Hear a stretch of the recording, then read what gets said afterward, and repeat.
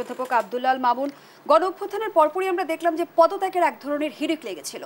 রাষ্ট্রের গুরুত্বপূর্ণ সব প্রতিষ্ঠান, শিক্ষা প্রতিষ্ঠান, বিচার ব্যবস্থা থেকে শুরু করে প্রশাসন কোথাও বাকি ছিল না। সেই জায়গা থেকে এটি নিশ্চয়ই প্রমাণিত যে সবকিছুই দলীয় নিয়োগ ছিল। রাষ্ট্রকে কতটা ক্ষতিগ্রস্ত করেছে?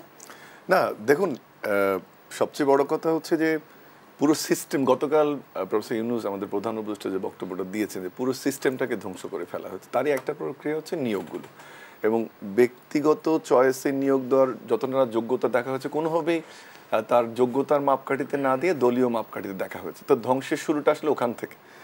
দ্বিতীয় যে বিষয়টি, যে পদত্যাগের হিড়িকের কথা আপনি বললেন, যে এটা একটা খুবই আনফর্চুনেট ইনসিডেন্ট যে আমরা যে পজিশনে আছি, তাহলে আমরা এমনভাবে প্রক্রিয়াটাকে তৈরি করা হয়েছিল যে আমাকে যে প্রফেশনে আমি থাকি না কেন, আমি শিক্ষক হই, বিশ্ববিদ্যালয়ের ভিসি হই, সচিব হই, আমাকে দলীয় ক্যাডারে পরিণত করার প্রক্রিয়াটার মধ্যে আমি না গেলে আমি কোনো পদ পদবি পাওয়ার সুযোগ ছিল না। সেটা প্রেস ক্লাব হোক, এফবিসিসিআই হোক, বিশ্ববিদ্যালয় হোক, সেটা পুলিশ বাহিনী হোক, আর যেখানেই হোক, যে আপনি যে একজন পুলিশ অফিসার হবেন, যেটা একটু আগে আজিজ ভাই বললেন, যে একজন বিসিএস ক্যাডার যে নিয়োগ প্রক্রিয়া, সেটাকে আপনি কঠিনভাবে নিয়ন্ত্রণ করেছেন।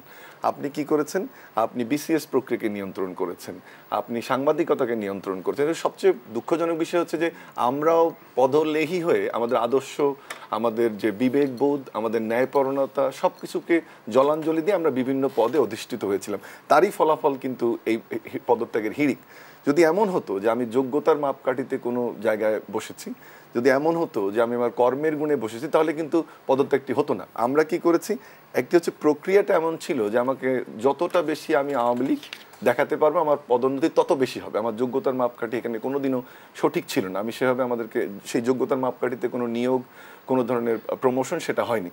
যে কারণে এখন হচ্ছে যে প্রবলেমটা হচ্ছে, পদত্যাগটা একদিকে করেছে যে বিশাল শূন্যতার সৃষ্টি হয়েছে, আবার আর এক গ্রুপ আমরা দেখতে পাচ্ছি যে তারা আবার অতি উৎসাহী হয়ে এই পদগুলোকে নিয়ম নীতির বাইরে গিয়ে বসে থেকে অর্ডার করা। আবার কেউ, যেমন খুবই একটা দুঃখজনক ঘটনা হেলথের ডিজিতে যাকে নিয়োগ দেওয়া হয়েছে তাকে আবার ঠেকানোর চেষ্টা করছি।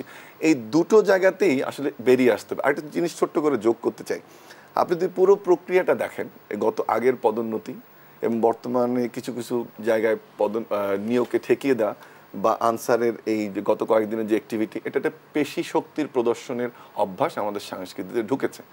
সেই ধারাবাহিকতায় আগের নিয়োগগুলো হয়েছিল, যে যতটা দলীয়, যার ক্যাডার বা দলের যার যত অবস্থান, যার পেশিতে যত শক্তি, সেদিকে যাবে তার নিয়োগ। কি হলো? সবগুলো পদত্যাগ করতে হলো। এখন কি হচ্ছে? আবার আনসারও গত কয়েকদিনে, যেটা উনি বলে, ড্রেস পরিবর্তন করে লোক এনে হোটেলের থেকে পেশি শক্তির প্রদর্শনের একটা চেষ্টা করা হচ্ছে। একটি কথা আমাদের মাথায় রাখতে হবে, 5 তারিখের আগের দিন পর্যন্ত আমরা 3 জন এখানে বসে আছি, কেউ ভাবতেও পারেনি যে শেখ হাসিনা সরকার উৎখাত হবে। অর্থাৎ পেশি শক্তি দেখে যে টিকে থাকা যায় না, তা প্রমাণিত হয়েছে। ধন্যবাদ।